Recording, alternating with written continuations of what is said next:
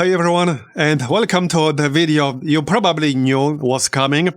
I made a prediction several times recently that Civilization 7 is very likely to fall below not just Civilization 6, but also below Civilization 5 in terms of concurrent players. And it actually happened just now. This is March the 19th when I'm recording this. And the Civilization 5, in terms of current concurrent players on Steam, is actually above Civilization 7 right now. 9,517 versus 9,341. And this is just current players, not the daily peak.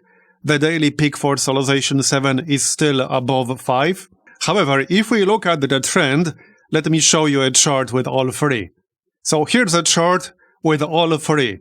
Civilization 5, 6, and 7. And you can see that the trend is pretty clear. These are the weekly peaks, by the way. These are basically the weekends. So 22nd February is Saturday, 23rd is Sunday, the 2nd of March is a Sunday, the 9th of March is a Sunday, and the 16th is a Sunday. You get the idea. So these are weekly peaks. And we can actually see that Civilization 6 has actually gone up. The weekly peak for Civilization 6 has gone up for the first time since late January.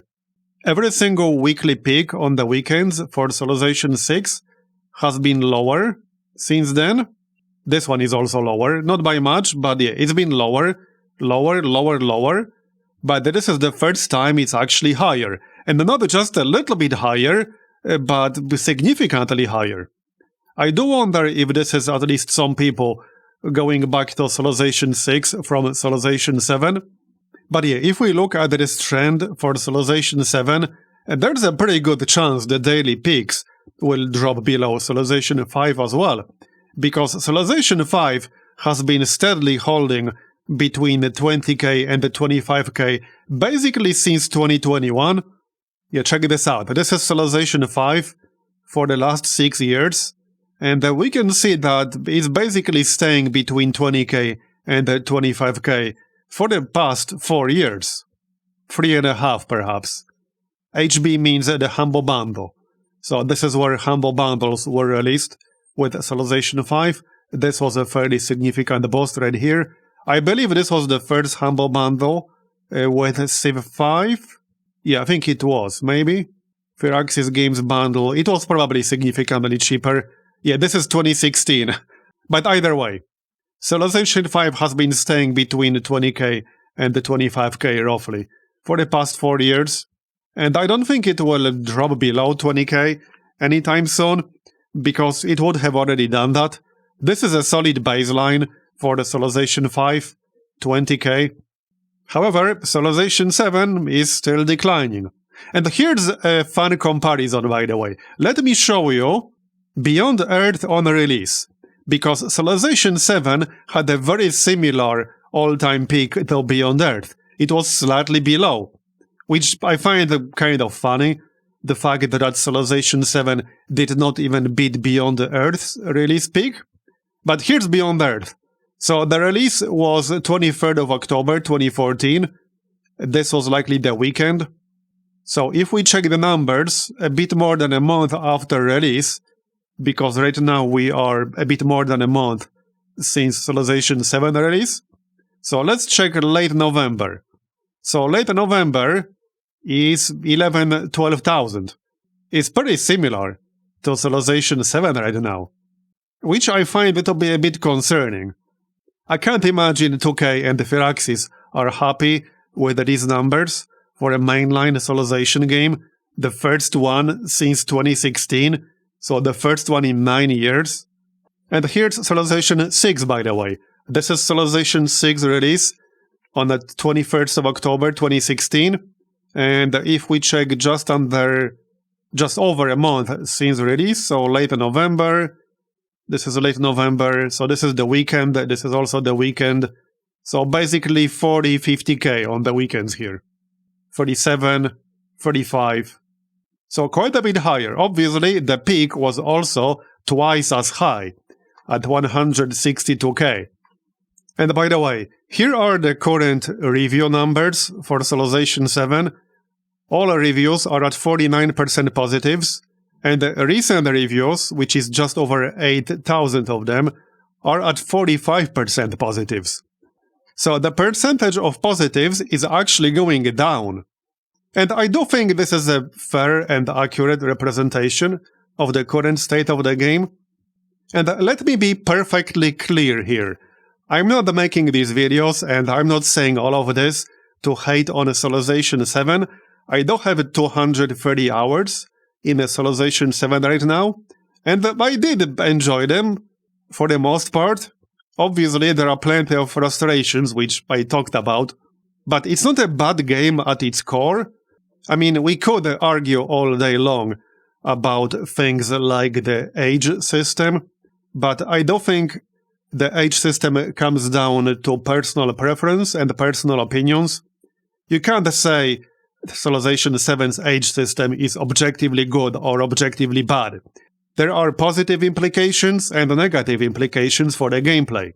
So some people will really dislike them because the negatives bother them much more, and some people will like them because they enjoy the positives more. So this part, I do think, comes down to personal preference. What I am, however, criticizing is the state Civilization 7 was released in. And both Civilization 5 and Civilization 6 had plenty of problems on the release. They were not smooth releases by any means. Heck, Civilization 4 was not exactly smooth release either. Civilization 4 only became really good much later, after Beyond the Sword expansion. You know, like the whole meme that Civilization games are only really good after 2 expansions? It exists for a reason, because it's kind of true.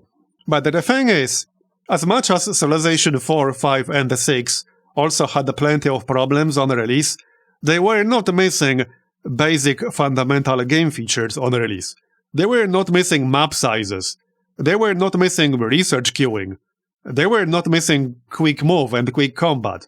The list goes on and on and on. I mean, I don't want to repeat things I already said multiple times in the past, and I don't want this video to be half hour long, listing all the things that are wrong with Civilization 7 on release. I think we all know about that by now. It doesn't need to be repeated. Anyway, for all we know, Civilization 7 might be a great game 2 years from now, after 2 expansions, or 3 years, however long that's gonna take. But people should not take that as a guarantee. Just because that happened with Civilization 4, 5, and 6, does not mean it's guaranteed to happen with 7. I'm not saying it won't happen, but I'm also saying to not take it for granted. But here's the thing, and this is a broader problem in the industry. As long as games that release in this kind of state continue to be successful and continue to reach the sales targets for the developer and the publisher, they will continue doing this. Because why wouldn't they? Because in the end, the only kind of argument the management usually understands, especially in big companies, is a financial one.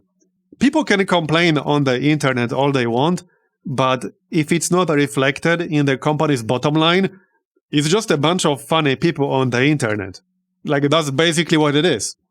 So the only possible way people in charge are going to take any of this seriously is if their bottom line gets hit, if Civilization 7 does not meet their sales expectations. And I can't imagine they're happy about the current situation, and I'm not talking about the current player numbers, but rather about sales. Civilization 6 was specifically reported to have sold over 1 million copies within 2 weeks of release, and we haven't heard absolutely anything whatsoever about Civilization 7. There are some estimations that Civilization 7 is still below 1 million. And that's considering it released on multiple platforms simultaneously, which Civilization 6 did not. So if that's true, if Civilization 7 is still not even at 1 million sold after more than a month since release, and after releasing on multiple platforms simultaneously, that's really bad. That is definitely way below expectations. And this is the only kind of argument the management usually understands. So what I am saying is that we will see these kinds of practices continue unless the companies in question are hit financially by their decisions. And even then, it's not really a guarantee that anything will change, but that's the only situation where something might change. And let me be clear on where I stand with Civilization 7 right now. I do think it still has plenty of potential to be a really great game, and not just after expansions. However, they really need to deliver with these updates right now. One of the most crucial updates in the near future is going to be the modding one. We don't know when that's going to come. Currently on the roadmap, it's under Beyond April, right here. But this is going to be a make or break moment for Civilization 7, the way I see it, depending on how they handle the modding tools. It is kind of crazy that we have to wait several months for the modding tools and even the Steam Workshop support to be available. That was not the case with Civilization 5 or 6. They both had Steam Workshop support very soon after release. And personally, I have not played Civilization 7 in over a week now, by the way. I'm basically waiting for this update right here, 1.1.1, because I'm waiting for the quick move functionality. After 230 hours playing the game, I have no real desire to play it without quick move and quick combat. And by the way, we don't even know for sure whether quick combat will be part of it, because the roadmap only says quick move. It doesn't mention anything at all about quick combat. And I played quite a few very war-heavy games. I played some war-heavy games with 70 to 100 units on my side, and I had to control most of them every single turn. And as a result, playing through just 30 turns took me 6, 7, 8 hours in some of these games. So I have no real desire to play without quick combat, quick movement at this point. I do hope quick combat will be part of it, but we shall see. I might actually go back to playing Civilization 5 a little bit more, because, well, I think Civilization 5 is timeless at this point. That's the hill I'm willing to die on, alright? And it's not that I dislike Civilization 6. Civilization 6 is a fun game, but if I had to choose just one Civilization game to play, I would definitely pick Civilization 5. Anyway, that's all I wanted to say in this video, so thanks for watching, I hope you enjoyed it, and I will see you next time. Bye bye.